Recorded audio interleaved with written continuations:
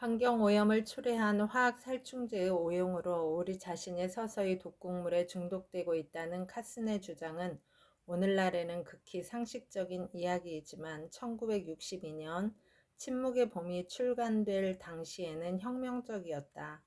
화학산업은 전후 기술 발전의 최대 수혜자였고 국가의 부를 이끈 중요한 견인차 중 하나였다. DDT는 농업에서 각종 해충을 박멸했고 해충으로 인한 전염병을 막아주었다. 핵폭탄이 미국의 군사적 주적을 완전히 경멸했듯이 살충제는 인간과 자연 사이의 힘의 균형을 극적으로 바꿔놓았다. 빳빳하게 풀먹인 흰 가운을 입고 실험실에서 일하는 화학자들은 신에 필적하는 지혜를 가졌으리라 대중은 기대했으며 또 확신했다. 화학자들의 연구는 대단한 혜택을 가져다 줄 것으로 여겨졌다. 전후 미국 사회에서 과학은 신이었고 또 그 과학은 남성 위주의 영역이었다.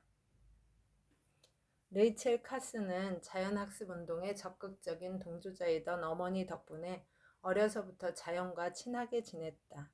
가난과 불운한 가정사를 겪었지만 그녀의 어린 시절은 외롭지만은 않았다. 독서를 좋아했고 10살 때 어린이 문학 잡지에 처음 글을 발표할 만큼 글쓰기에도 재능이 있었다. 그 과정에서 카스는 과학이 자기 마음을 사로잡을 뿐 아니라 무언가 글감을 제공해 준다는 사실을 발견했다. 기사에 R.L. 카슨이라고 서명했는데 독자들이 필자를 남자로 생각하게 만들기 위해서였다. 그래야 사람들이 자신의 연구 결과를 좀 더 심각하게 받아들일 것이기 때문이었다. 1년 후 카슨은 어업국의 해양 생물학자가 되었다. 당시 여성학자는 2명뿐이었고 1940년대 이후 해충이라는 현대적인 용어로 설명되는 곤충, 잡초, 설치류, 그 밖의 유기체들을 없애기 위해 200여 종의 기본적인 화학물질이 제조되었고 다시 수천 개의 제품으로 만들어져 팔리고 있다.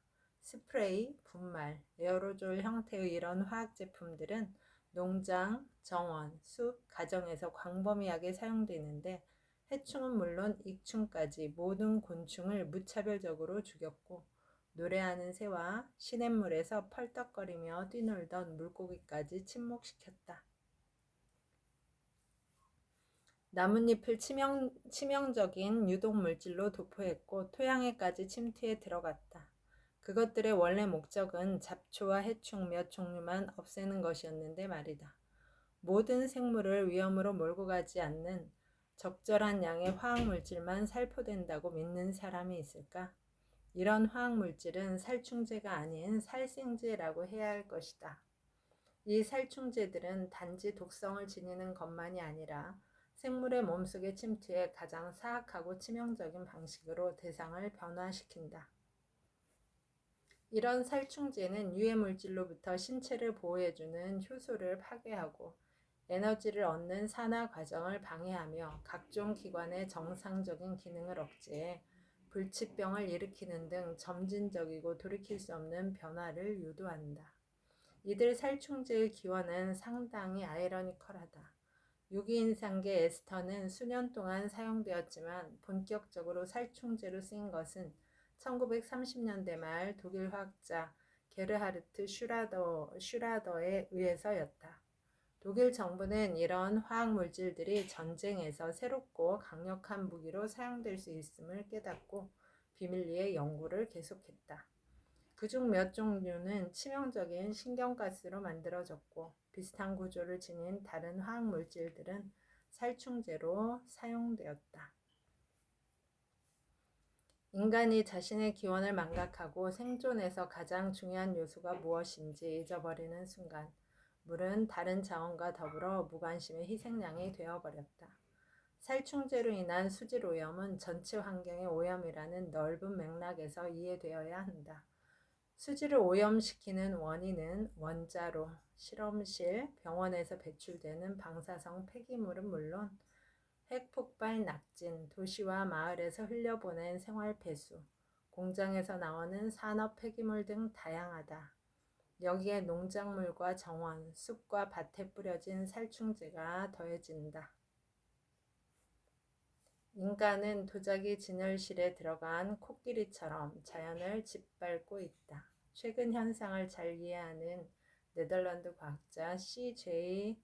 브리에르는 제초제 사용 문제를 다음과 같이 요약해 말한다.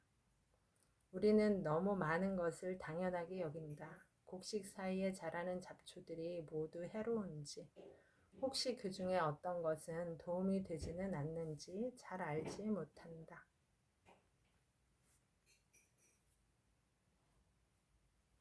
불필요한 파괴. 새는 더 이상 노래하지 않고 사실상 새가 존재하지 않는 것이나 다름없는 이상한 지역에 나타났다고 한다. 죽음의 강, 공중에서 무차별적으로 자연의 반격. 이 글은 침묵의 봄, Silent Spring, 레이첼 카슨저, 김은영 역, 홍우키 감수, 에코 리브르 중에서의 일부입니다.